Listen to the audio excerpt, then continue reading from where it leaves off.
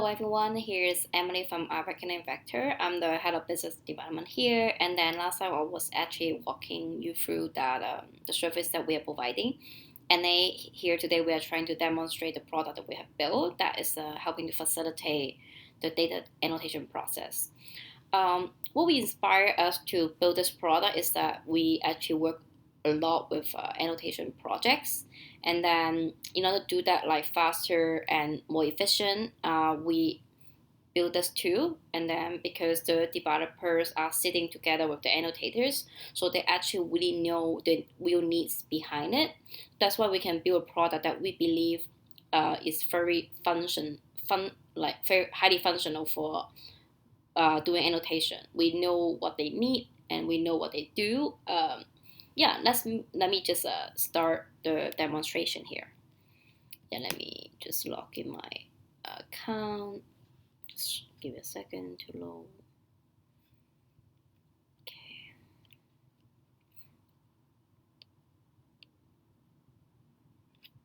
So once you log in, you can either choose the existing project to be continuing and then or choose a new project. Let's choose a new project today.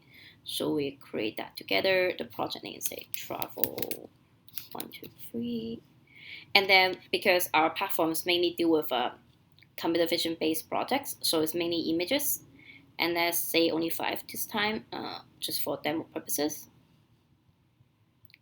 So now we can either attach existing data set or we will create a new one. Let's create a new one so we can all know like how to start from scratch. Can say, okay, cities 123. Confirm.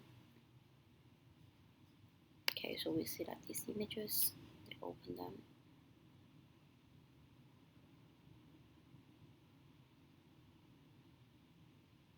Okay. Yeah, after we upload these images, we can start to create a template. Like the template can be either also using the existing one or we create a new one. And then let's create a new template. Let's say test 123. We have someone with similar name. Let's do like A, B, C, D, E, 1, 2, 3. Okay. Let's create some classes first. So let's say we have tree, we can use rectangle. We have people, we can use polygon. We have, say, clouds on the sky, we can use the dots. And then let's say we have also waterfront that we can use, say, polyline. So these are the different classes that we have created for the projects. And then here are the attributes. The attributes, you can either do it or not do it, but let's just do it here this time. Let's say the name of the attribute is time of date. And then we can say it's checklist. It's either required or not required in order for that picture to be annotated completely or not. Let's say this is required, so we need every image to have an attribute label. Let's say it can be morning, afternoon, and evening. Okay, sounds good here. And then we can say done. And then once it's done, then they will just say either the data set that we created plus the new template, either they are together to form a new project, we can say confirm yes. Okay, so this one is the project that we just created and we can start labeling it. Basically here they will show you how many tasks there are and how many you have annotated today, and then if they have been QA and how many labels are finished. Sometimes in each image it could be like 10 or 20 labels. Here is basically an overview for the project progress, and then there are like other attributes that would be crucial for tracking the performance. So let's say we start labeling. Sorry. Okay, so here we have many different things, so we can start labeling. We don't have a tree here. We can say people. We can just label this group people. It's a polygon, so you just draw it.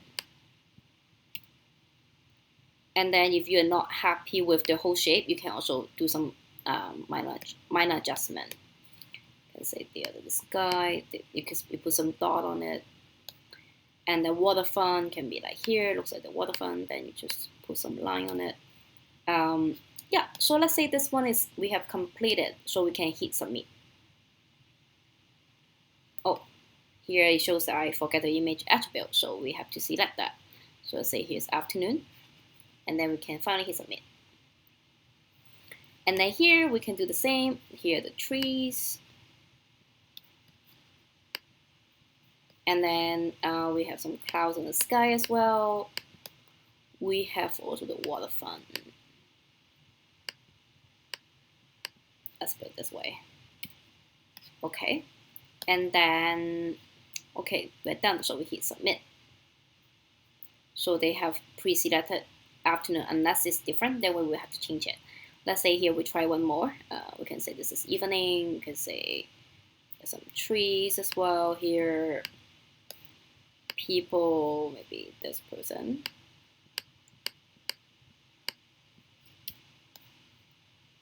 Clouds. Waterfront. Okay. Okay. Let's maybe go back. So we submit first, and then we can look at the progress back. So here they will show that all these 3 images that we just annotated are pending for QA. And then once it's QA, they can either go to accepted folder or rejected folder. Let's try them. We can QA these. Let's say QA. Okay, let's say this one, you check it. Yep. Does not miss anything. Okay, accept. And then this one, okay, this is off, for example, like you can say reject. Here it looks pretty good. Accept. Okay, so we have done all the QA. So we can now go back. So we can see that now the accepted images comes here, and the rejected image comes here. And then, yeah, we can go back to the project status to take a look. So now that it shows that we have annotated 3 images, and we have also done QA for all of them.